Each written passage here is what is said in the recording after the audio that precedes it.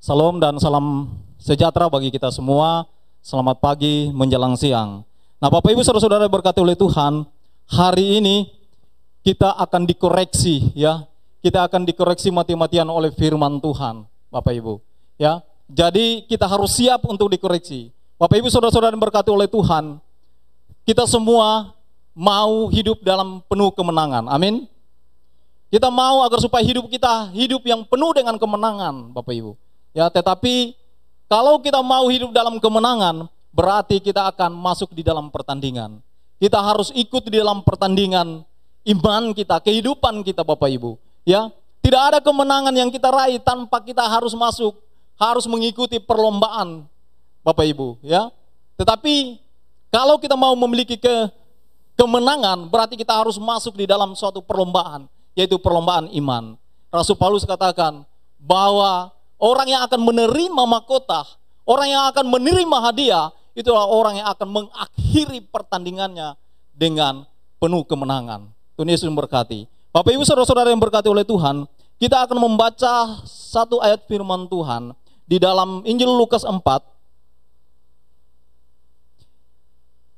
Injil Lukas 4, ayat yang pertama hingga ayat yang ke-13. Saya baca di dalam nama Tuhan.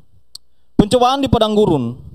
Yesus yang penuh dengan Roh Kudus kembali dari Sungai Yordan lalu dibawa oleh Roh Kudus ke padang gurun. Di situ ia tinggal 40 hari lamanya dan ia dicobai iblis. Selama di situ ia tidak makan apa-apa dan sesudah waktu itu ia lapar. Lalu berkatalah iblis kepadanya, "Jika engkau anak Allah, suruhlah batu ini menjadi roti."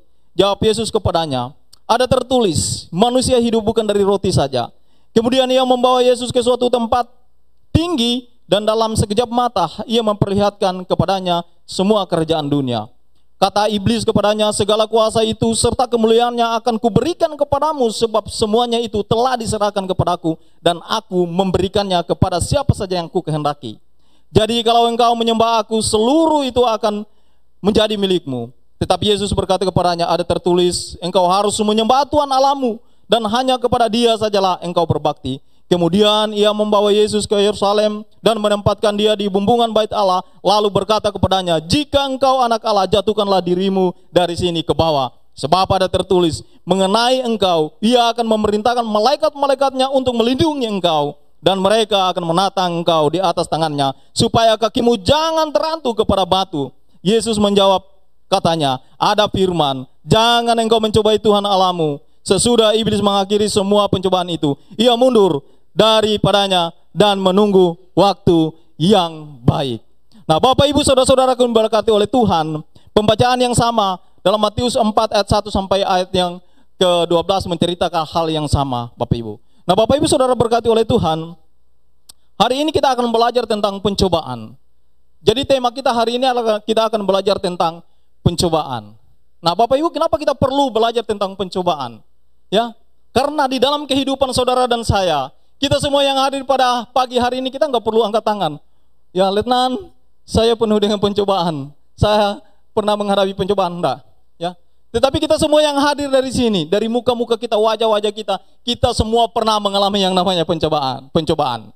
Ya, kita pernah mengalami yang namanya tantangan hidup, masalah hidup, Bapak Ibu saudara-saudara yang berkati oleh Tuhan. Sehingga kita perlu mempelajari yang namanya pencobaan.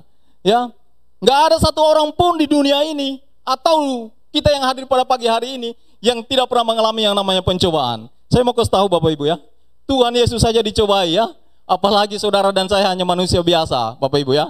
Pasti kita mengalami pencobaan. Nah, makanya penting hari ini kita harus membahas tentang pencobaan. Agar supaya apa? Agar supaya ketika kita mengalami pencobaan, kita tahu itu pencobaan itu apa, seperti apa. Agar supaya ketika kita mengalami pencobaan, kita nggak cengeng seperti anak, kita nggak lebay, begitu, saudara ya.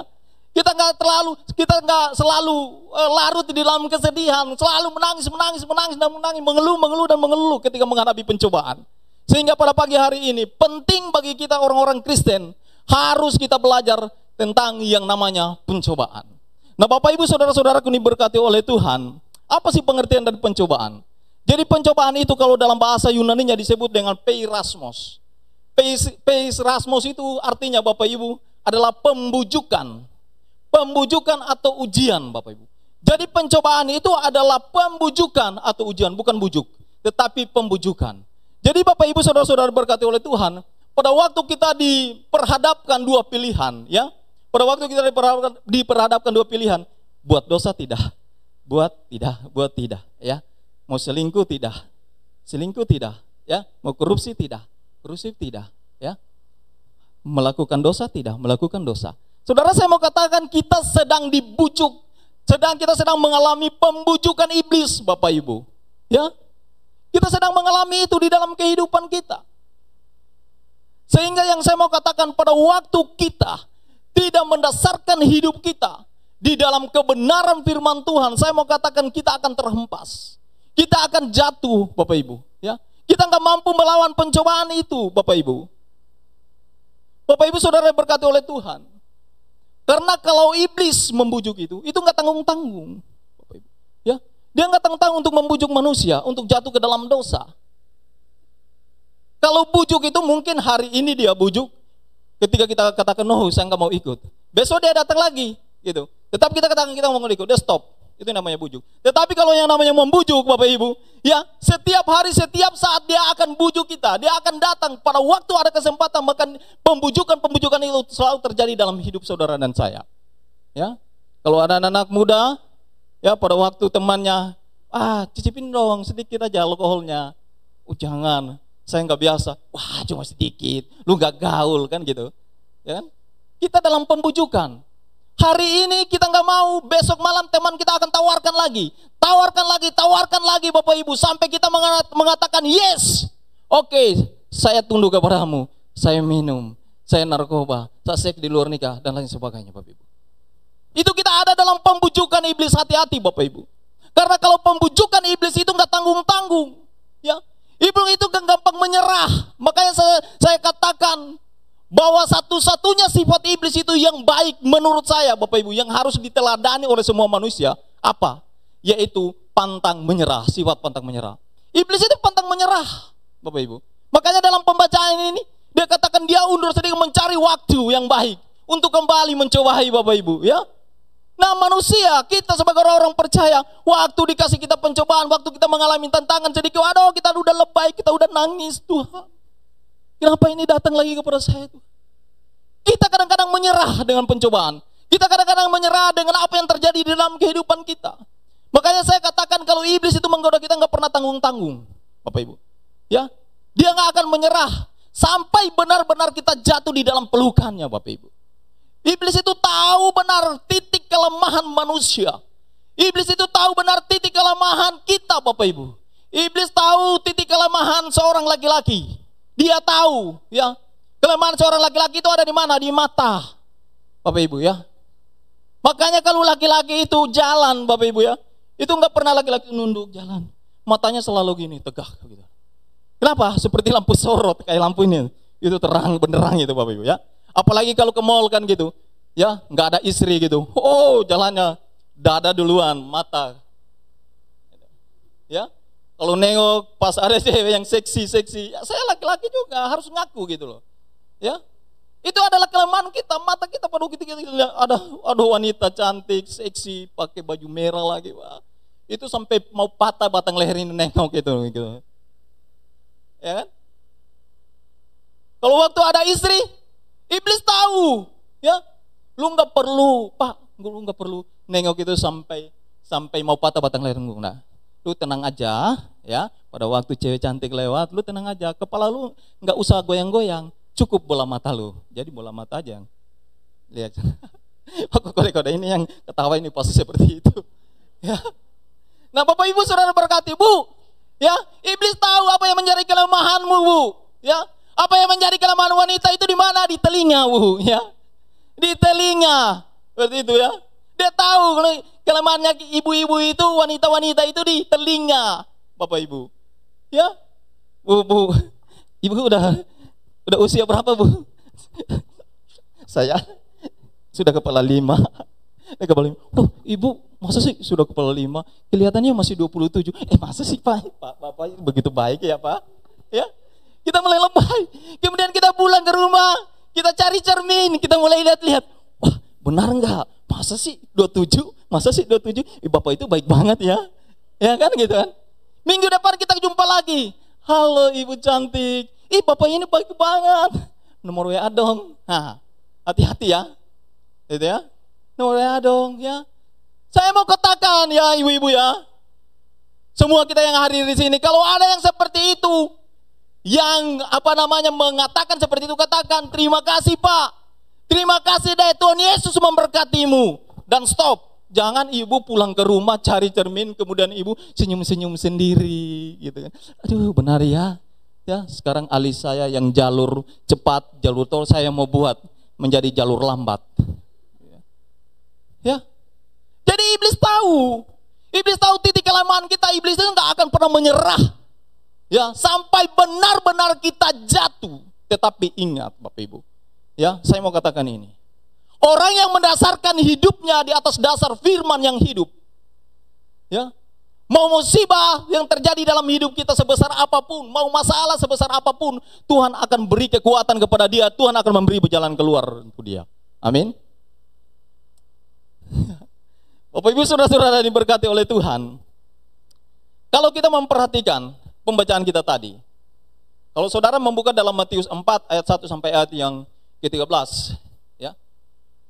Ada suatu peristiwa yang menarik perhatian saya pada waktu saya mempersiapkan firman Tuhan ini, Bapak Ibu. Yaitu peristiwa apa? Sebelum Yesus menghadapi pencobaan, yaitu Yesus dibaptis, saudara. Tapi kita kita nggak membahas tentang baptisan hari ini, gitu. Jadi Bapak Ibu saudara-saudara yang berkati oleh Tuhan, sebelum Yesus itu mengalami pencobaan, dia dibaptis, gitu. Arti baptis itu Bapak Ibu saudara yang berkati oleh Tuhan, mati dan bangkit bersama-sama dengan Kristus. Ya, bagaimana kita menyatu kembali dengan Allah Tritunggal itu, Bapak Ibu. Nah, yang menarik di sini yang saya perhatikan, bagaimana usaha Yesus datang dari kota Nazaret.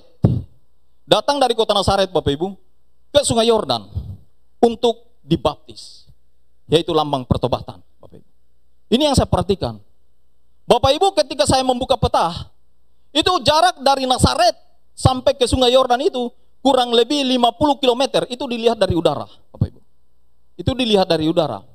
Nggak tahu kalau dari darat, ya mungkin bisa 2 kali lipat Bapak Ibu. Ya, bagaimana usaha Yesus untuk berjalan di padang gurun, ya, dan itu bisa ditempuh sekitar 20 sampai 24 jam. Bapak Ibu, harus berjalan kaki, harus menempuh padang gurun yang penuh dengan bahaya untuk sampai kepada level yang namanya level pertobatan, dibaptis, Bapak Ibu. Yang artinya saya mau katakan Bapak Ibu, ya, untuk kita sampai kepada level pertobatan itu Bapak Ibu, kita harus ada usaha. Kita harus benar-benar melucuti kehidupan lama kita, manusia lama kita, dan kita harus kenakan manusia baru dalam hidup kita. Kita harus benar-benar mengalahkan setiap keegoisan dalam hidup kita. Sehingga kita mampu sampai kepada level pertobatan. Karena kenapa Bapak Ibu yang diberkati oleh Tuhan? Tuhan Yesus pada waktu setelah dia dibaptis, Bapak Ibu, dia nggak enak-enakan. Kemudian dia dibawa di padang gurun untuk apa? Untuk dicoba. Yang saya mau katakan, ketika kita semua menerima Yesus sebagai Tuhan dan Juru Selamat di dalam kehidupan kita, pada saat itu kita harus bersiap untuk masuk di dalam pencobaan dan pemurnian iman kita, Bapak Ibu. Jadi nggak enak, ya, Bapak Ibu. Oh, saya sudah menerima Yesus sebagai Tuhan dan Juru Selamat. Saya sudah ditabiskan. No, tunggu dulu. Kita harus memahami benar-benar apa itu arti ditabiskan. Kita harus memahami benar-benar apa itu arti pertobatan, apa itu arti menerima Yesus dan Tuhan dan Juru Selamat dalam hidup saya. Kalau kita nggak siap, kalau nggak ada perjuangan dalam hidup kita, pada waktu kita menerima Yesus sebagai Tuhan dan Juru Selamat, pada waktu kita menghadapi setiap persoalan, masalah dalam hidup kita nggak akan tahan, kita akan jatuh, Bapak Ibu. Makanya saya mau katakan, di dalam gereja Bala Keselamatan, pada waktu sebelum kita ditabiskan itu Bapak Ibu, ya, itu ada pelajaran-pelajaran, betul? Ada pelajaran yang harus diselesaikan, dipersiapkan dengan matang, Bapak Ibu. Kalau nggak siap jangan, harus benar-benar mengerti, harus benar-benar tahu apa arti pertobatan itu. Jangan cuma sekedar pakai es. Semua orang bisa pakai es, Bapak Ibu. Kita nggak tahu apa artinya itu. Makanya jangan heran begitu banyak anak muda cuma pakai es. hanya suatu tanda saja kita gereja bala keselamatan, tetapi kehidupannya bobrok, kehidupannya jauh daripada Tuhan, masih mengikuti hal-hal yang duniawi. Sudah pelayanan, sudah oke, sudah pelayanan, tetapi dalam hidupnya, kesehariannya itu jauh daripada Tuhan. Dia nggak mengerti arti kebenaran atau arti pertobatan yang sesungguhnya, Bapak Ibu. Makanya hari ini kita benar-benar dikoreksi untuk firman Tuhan. Saudara dan saya dikoreksi, bukan cuma saudara. Jadi kita harus paham, harus dipersiapkan dengan sungguh-sungguh. Kalau kita nggak siap, jangan dulu. Kita harus belajar. Kenapa? Karena pada waktu kita ditabiskan, kalau kita nggak mengerti itu, kita akan menjadi batu sandungan di dalam pelayanan kita, di dalam gereja itu sendiri, Bapak Ibu. Karena kenapa? Karena ada begitu banyak, sudah habis ditabiskan, sudah nggak datang masuk gereja, sudah nggak mau pelayanan, lari dari gereja, Bapak Ibu. Makanya kita harus paham, harus mengerti.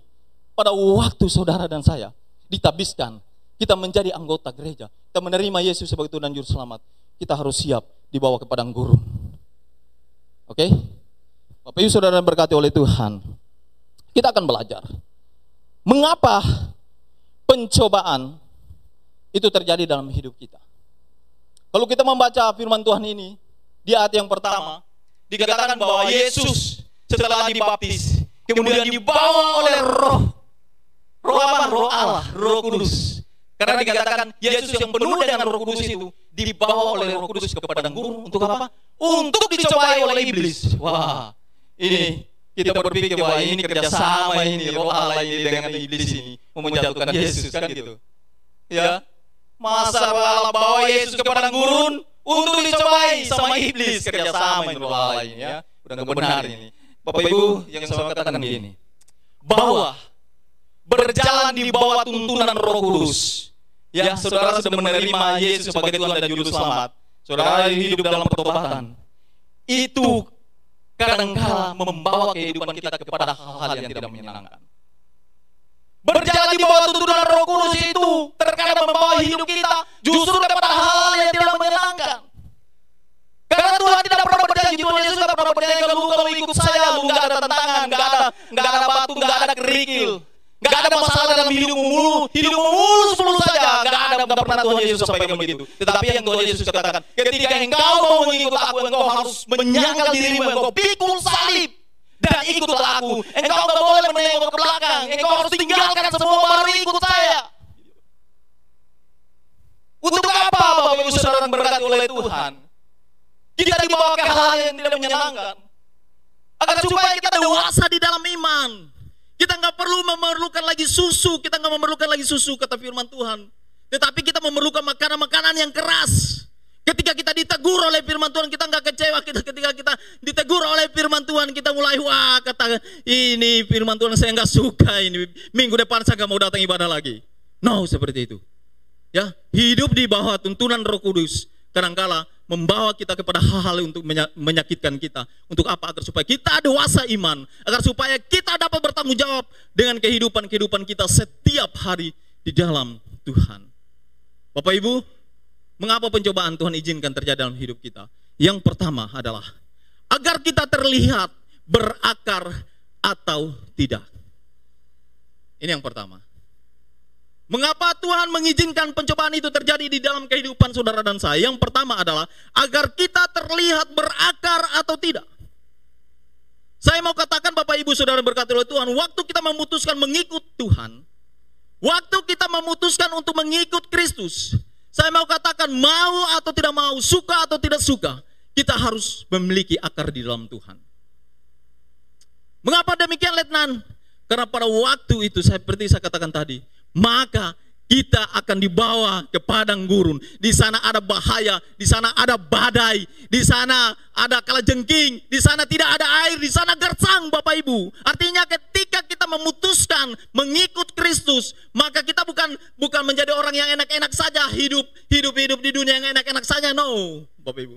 Tetapi kita akan menghadapi padang gurun, kita akan menghadapi badai hidup di dalam kehidupan kita. Makanya mau tidak mau, suka atau tidak suka, kita harus bertumbuh. Kita harus memiliki akar di dalam Tuhan. Minggu lalu saya sudah sampaikan, sebuah pohon yang besar, itu bisa terlihat memiliki akar yang kuat atau tidak bukan pada pohonnya yang besar. Oh besar dia, bukan saudara.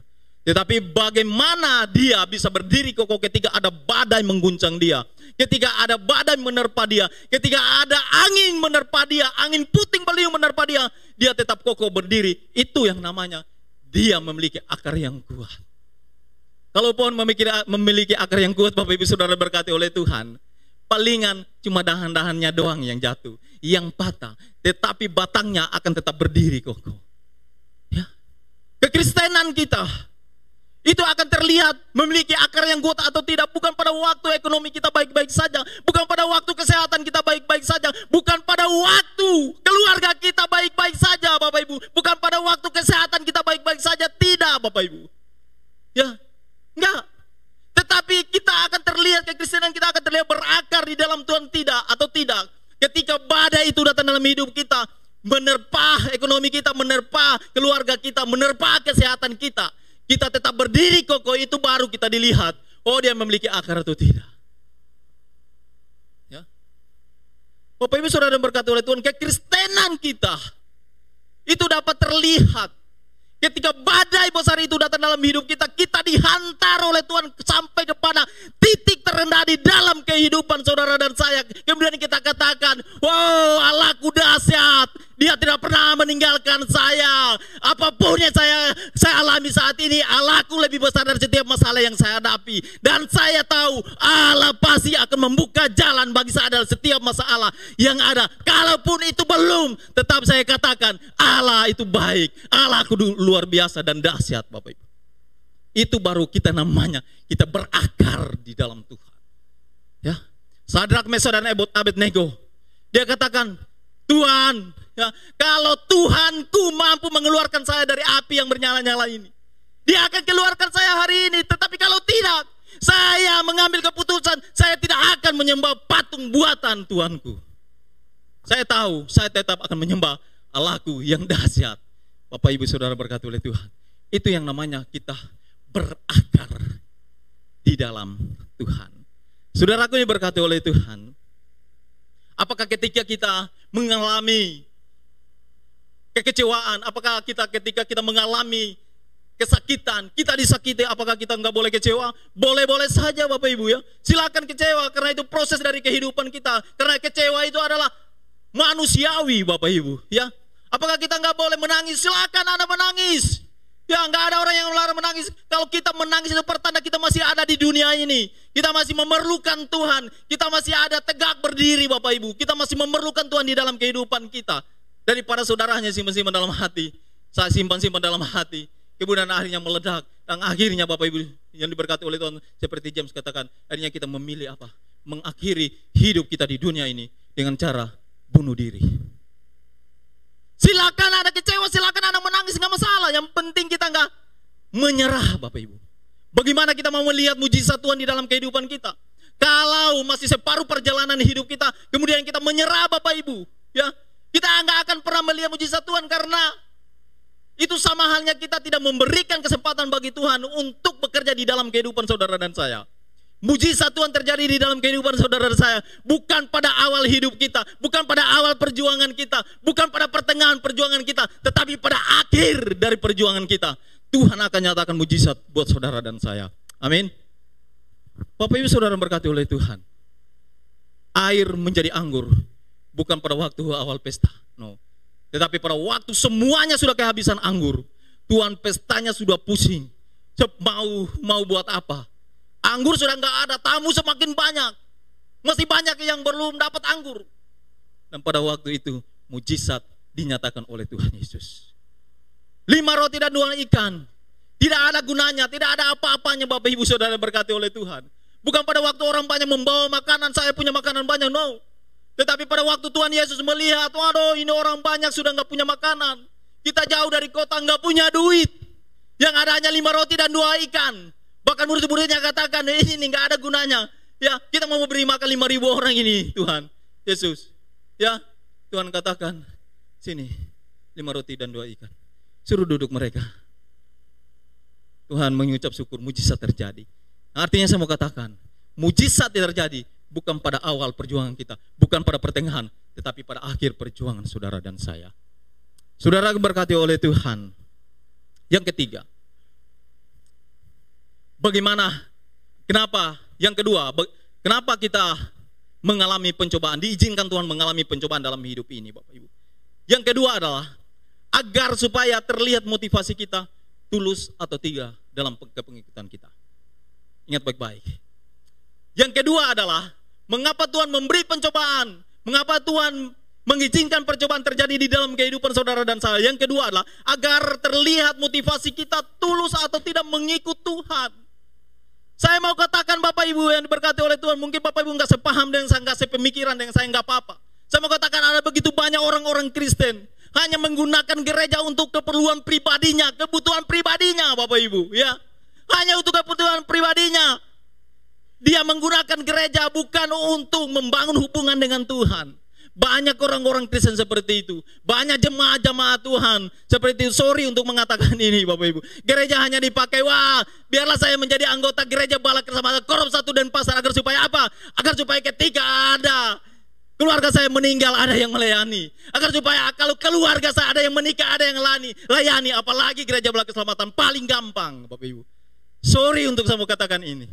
Tetapi gereja, bukan dipakai untuk membangun hubungan dengan Tuhan, tetapi dipakai membangun untuk apa? Untuk keperluan pribadi kita, keluarga kita. Dan motivasi yang begini salah. Dan ketika motivasi ini akan dilihat ketika dia mengalami guncangan dalam hidupnya, ketika dia mengalami badai dalam hidupnya, maka dia akan hilang. Maka dia akan hilang dari gereja, Bapak Ibu Saudara berkati oleh Tuhan. Dia akan hilang dari pelayanan.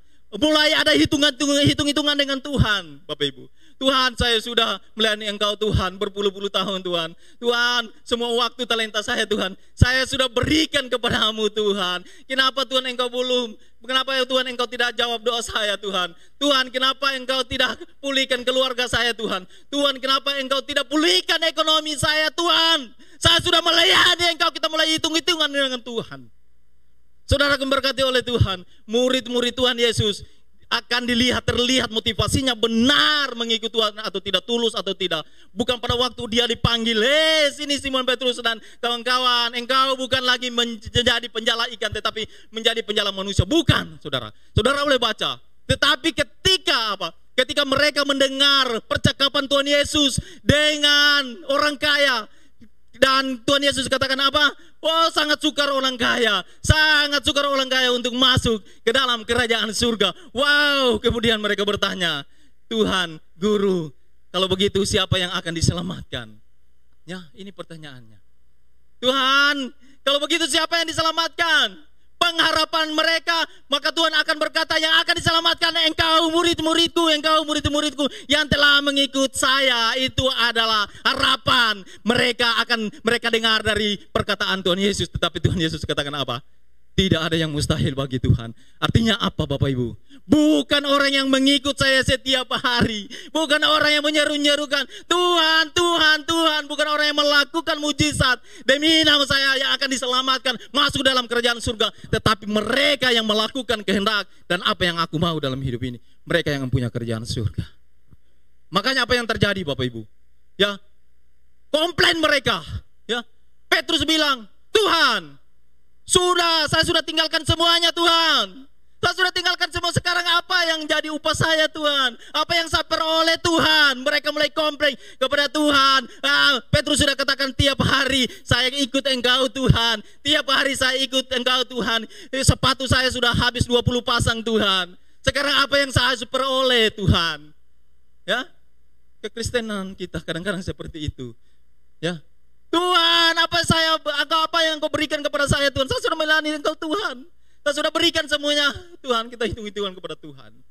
Bapak Ibu saudara-saudaraku yang diberkati oleh Tuhan, ketika motivasi kita sudah benar, tulus dalam kepengikutan kita kepada Tuhan, saya mau katakan gini, bukan doa kita tidak dijawab oleh Tuhan, ya. Bukan doa kita tidak dijawab oleh Tuhan, tetapi belum dijawab oleh Tuhan. Bukan keluarga kita tidak dipulihkan oleh Tuhan, tetapi belum dipulihkan oleh Tuhan. Bukan ekonomi kita tidak dipulihkan oleh Tuhan, tetapi belum dipulihkan oleh Tuhan. Bukan sakit penyakit kita tidak dipulihkan oleh Tuhan, tetapi belum dipulihkan oleh Tuhan. Ya, Tuhan kita saudara berkati oleh Tuhan bukan Tuhan yang umbar-umbar janji. Ya, jual-jual janji seperti itu. No. Kalau Tuhan sudah berjanji dia akan membuka jalan bagimu. Kalau Tuhan sudah berjanji dia akan menyembuhkan sakitmu. Itu ya dan amin, dia pasti akan lakukan. Tetapi Tuhan mau melihat motivasi kita tulus nggak, benar nggak mengikut dia dalam hidup ini. Tuhan sangat mengerti waktu kita. Tuhan sangat mengerti waktu yang baik yang akan dia berikan kepada kita. Kapan waktunya dia akan memberikan apa yang kita butuhkan. Makanya firman Tuhan katakan, Tuhan Yesus katakan, rancanganku ini bukan rancanganmu. Ya, rancanganku bukan rancanganmu. Rencanaku bukan rencanamu. Rancanganku itu adalah rancangan damai sejahtera dan sukacita. Bapak Ibu, ya. Bapak Ibu Saudara yang diberkati oleh Tuhan. Tuhan akan melihat apa yang menjadi motivasi kita. Ya. Tuhan, kita mengatakan kepada Tuhan, Tuhan berilah yang baik kepada saya. Ya kan, anak-anak muda, Tuhan berikan jodoh yang baik sama saya. Kita belum dapat gitu. Tuhan bilang no. Tunggu sebentar. Engkau harus menunggu. Karena kenapa? Karena saya, Tuhan, akan memberikan yang terbaik untuk kau. Amin. Kita meminta yang baik, tetapi Tuhan memberikan yang terbaik di dalam kehidupan saudara dan saya. Tetapi Tuhan katakan, lu harus pakai waktuku, bukan pakai waktumu. Kau harus pakai waktu saya. Karena kenapa? Karena waktu Tuhan itu adalah waktu yang terbaik di dalam hidup saudara dan saya. Yang ketiga, Bapak Ibu, mengapa Tuhan izinkan pencobaan terjadi dalam hidup kita? Yang ketiga adalah agar kita terlihat beriman, baper, atau beriman dalam pemahaman, Bapak Ibu. Ya, beriman baper atau beriman dalam pemahaman. Terkadang kita gagal dalam pemahaman kebenaran firman Tuhan, saudaraku. Sehingga apa yang terjadi? Kebenaran firman Tuhan itu tunduk kepada kenyataan hidup kita. Ya, kebenaran firman Tuhan itu tunduk kepada kenyataan hidup kita, saudara berkati oleh Tuhan. Ya. Akhirnya apa? Kita memiliki iman yang baperan gitu. Apa-apa di bawah perasaan. Wah, waktu kita diberkati oleh Tuhan, gitu. Aduh, Tuhan ada di sini loh, di hati ini, gitu. Ya, Tuhan ada di sini, gitu. Tuhan dekat sekali sama saya. Tuhan sayang sekali sama saya ini. Ya. Tapi pada waktu pencobaan datang, pada waktu badai hidup datang, kita mulai katakan, waduh, Tuhan sudah nggak sayang sama saya. Tuhan sudah nggak cinta sama saya. Tuhan sudah nggak ada di hati ini. Kalau mau dibelah hati ini nggak ada Tuhan. Saya lihat Tuhan itu, jauh sekali dari hidup saya. Apa-apa kita bawa dalam perasaan, Bapak Ibu. Ya, Bapak Ibu saudara-saudara yang berkati oleh Tuhan, saya mau katakan, kalau kita memiliki iman dalam pemahaman yang benar akan firman Tuhan, saya mau katakan bahwa kenyataan hidup saudara dan saya itu akan tunduk pada kebenaran firman Tuhan. Sekali lagi saya katakan, kenyataan hidup saudara dan saya itu akan tunduk kepada kebenaran firman Tuhan. Dokter bilang, oh, sakit penyakitmu tidak bisa disembuhkan, sakit penyakitmu susah, nggak ada obatnya. Itu suatu kenyataan, Bapak Ibu. Tetapi kebenaran akan firman Tuhan, dia katakan, aku yang mengampuni dosamu, aku pun yang akan memulihkanmu. Itu suatu kebenaran. Dan kenyataan itu harus tunduk kepada kebenaran. Waktu engkau pergi ke rumah sakit, ya kan, dokter bilang harus susah obatnya, sulit untuk penyakit ini, susah untuk disembuhkan. Bapak Ibu saudara berkati oleh Tuhan, itu suatu kenyataan. Tetapi kebenaran firman Tuhan katakan apa? Aku yang akan menyembuhkan kepadamu. Karena orang benar akan hidup oleh percaya di dalam hidupnya. Apa yang kau imani, kau percaya, maka akan terjadi dalam hidupmu. Orang bisa bilang rumah tanggamu kacau, rumah tanggamu berantakan, Bapak Ibu ya. Rumah tanggamu, engkau ditinggali suami, engkau ditinggali istri, ya, engkau nggak bisa hidup, kacau hidupmu. Mungkin itu sebuah kenyataan dalam hidupmu, tetapi kebenaran firman Tuhan, Tuhan katakan, marilah datang kepadaku, hai kamu yang letih lesu dan beban berat, aku akan memberikan kelegaan kepadamu. Ya, jadi kenyataan kita itu akan tunduk kepada kebenaran firman Tuhan. Pada waktu saudara berkati oleh Tuhan, kita memiliki iman yang benar di dalam hidup ini. Bapak Ibu saudara-saudara yang berkati oleh Tuhan, yang keempat, yang terakhir, mengapa Tuhan mengizinkan itu terjadi dalam hidup kita? Pencobaan terjadi dalam hidup kita. Yang keempat adalah agar kita terlihat fokus pada Tuhan atau pada tangan Tuhan. Ya. Agar supaya kita terlihat, kita fokus kepada Tuhan atau kepada tangan Tuhan, Bapak Ibu. Ya. Banyak orang-orang Kristen pada waktu belum punya apa-apa, rajin pelayanan, oke?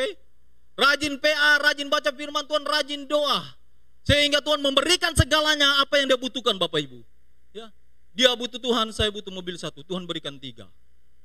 Tuhan, saya butuh mobil 1, rumah. Biar cuma yang kecil-kecil Tuhan. Tuhan kasih rumah yang besar. Tuhan, saya butuh Tuhan motor Tuhan. Biar cuma 1, biar yang cuma peot-peot. Itu. Tuhan kasih yang baru, 2 biji. Tetapi tahukah saudara, ketika semuanya Tuhan berikan, artinya apa? Kita mulai bukan fokus lagi kepada Tuhan. Kita mulai fokus kepada berkat-berkat Tuhan. Kita mulai membuat alasan-alasan.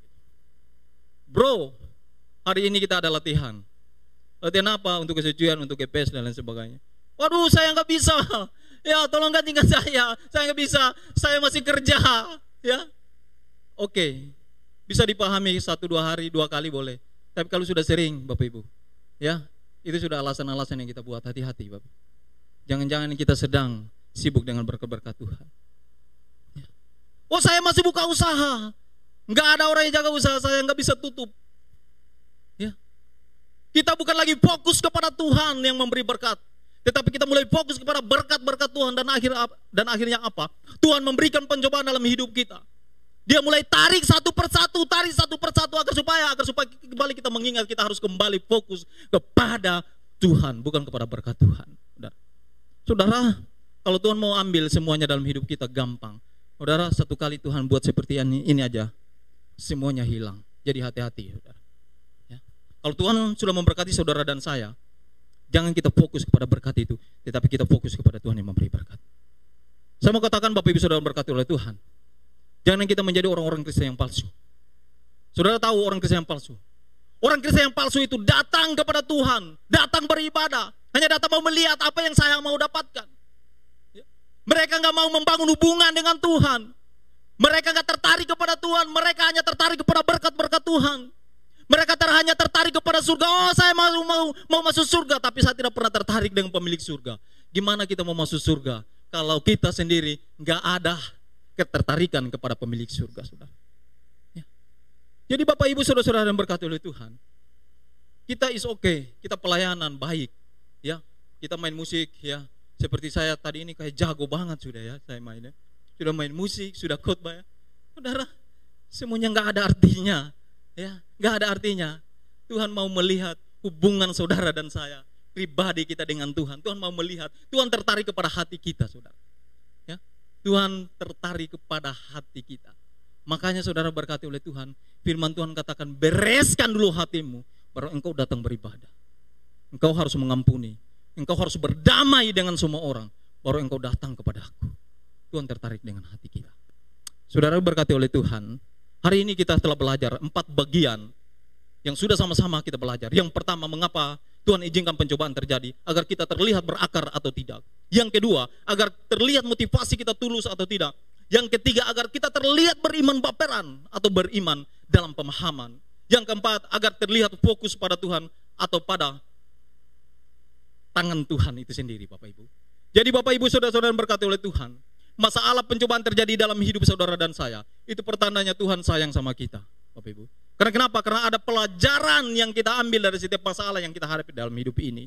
Dari masalah itu kita belajar, Bapak Ibu. Ya kan? Makanya harus berterima kasih dengan Tuhan yang telah mengirimkan orang-orang yang telah mengecewakan kita, yang telah mengirimkan orang-orang yang telah menyakiti hati kita, saudara. Ya, kita berterima kasih kepada Tuhan. Kenapa? Karena dengan orang-orang itu memproses kehidupan kita, kita bisa belajar, Bapak Ibu. Ya, kita bisa belajar. Oh, berarti saya kalau dibohongi orang itu nggak enak. Berarti saya nggak boleh bohongin orang. Kalau disakiti itu nggak enak, ya pahit banget, ya. Berarti saya nggak boleh menyakiti hati orang lain. Saudara berkati oleh Tuhan, dan saya nggak gampang untuk dibohongi, dan saya nggak gampang lagi untuk disakiti. Saya tahu, oh ini ciri-ciri orang kalau mau membohongi seperti ini. Saya tahu itu. Coba kalau saudara nggak pernah mengalami yang namanya dibohongi, saudara nggak pernah belajar, ya. Saudara nggak pernah punya pengalaman saat ini dengan orang-orang. Wah, ini manis di bibir ini pengucapannya, ya. Jadi berterima kasihlah dalam setiap pencobaan-pencobaan dalam hidup ini. Saudaraku, sebuah patung akan terlihat indah, itu tidak terlepas dari tangan sang pembuat patung yang begitu lembut dan pahat yang tajam. Demikian pula dalam hidup saudara dan saya. Kalau saudara mengalami yang namanya pencobaan dalam hidup ini, permasalahan yang bertubi-tubi datang, saudara, saya mau katakan, tangan Tuhan yang lembut itu, dengan pahatnya yang tajam itu, akan mengukir kehidupan saudara dan saya untuk menjadi sesuatu yang berharga di mata Tuhan. Tuhan Yesus memberkati kita.